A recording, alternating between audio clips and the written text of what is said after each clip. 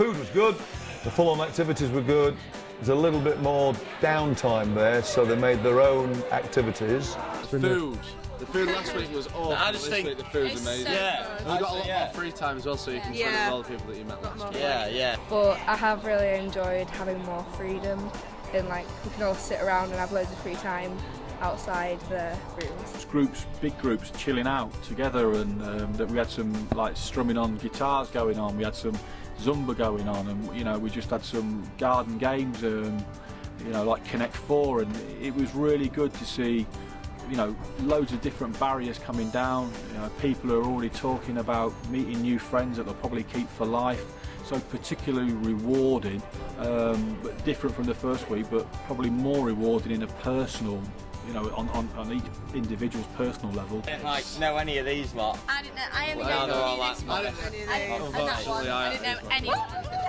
The camping night was one of the highlights for me, even though we didn't get to stay out because it was flooding.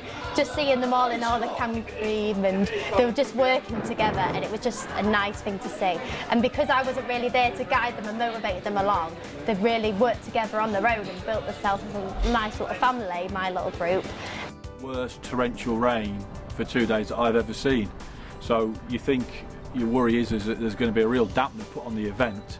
But to be fair, the young people just got on with things. I mean, we had a group out on the Monday night and a group out all night on the Tuesday night, and we had to call it off on the Wednesday night because the weather was so bad. But not phased, just got on with it. You know, fantastic, mentally strong. You know, stuck together and proved that, you know, no adversity, whether it was heat the week before or the rain the week after, was going to dampen their spirits.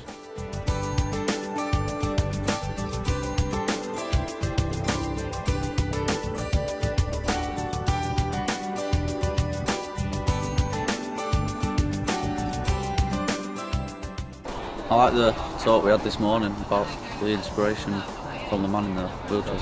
Every single young person I've met today has been absolutely fantastic and inspirational themselves. I fed from them.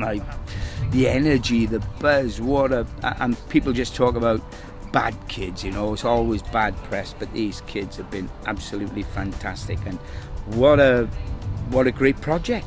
I hope it just gets bigger and bigger and better. I'm really pleased how they've listened. I've had to say to them, I mean, it doesn't sound very sexy or very interesting, does it, dementia?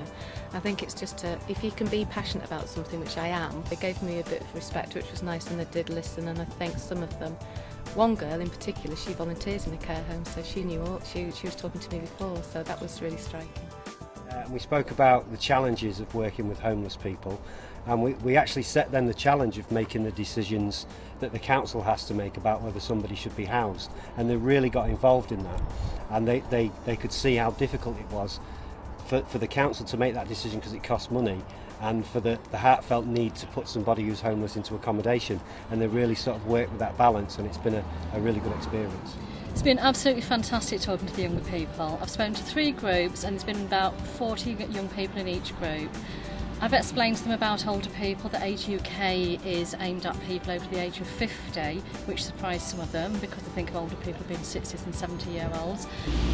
Previous participants on this programme who have enjoyed working with our older people, and how the older people have enjoyed working with them and just loved having them around. So week 4 of the programme basically is that they're going to come down on site and get involved in things that we're doing at Green Futures, but then also get involved with a project in Bradley Woods, which is about 10 minutes away. So the idea being that we'll engage them in volunteering work on site, and then some community activity as well in Bradley Woods. It's been good talking to the different groups because each group has asked different questions about different things, and they were all interested in different elements. So some were interested in the painting and decorating element, some were interested in the chilies that we grow on site, and then other guys were genuinely interested in the gardening work and the horticulture. So each group had different questions to ask me, and that then inspired different questions from other kids in the group. But they've just been lovely people. Lovely young people, every single one. Not once did anyone come up with a negative thought or negative action. They've just been superb.